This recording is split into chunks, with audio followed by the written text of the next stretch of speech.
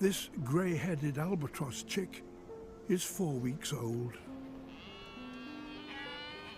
So far, it has been sheltered from the gales by its parents, who take turns to collect food for it out at sea.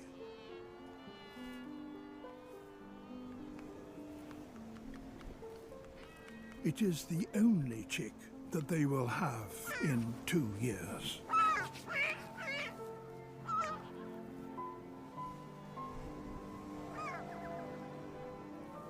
The delicate touching of beaks strengthens their bond.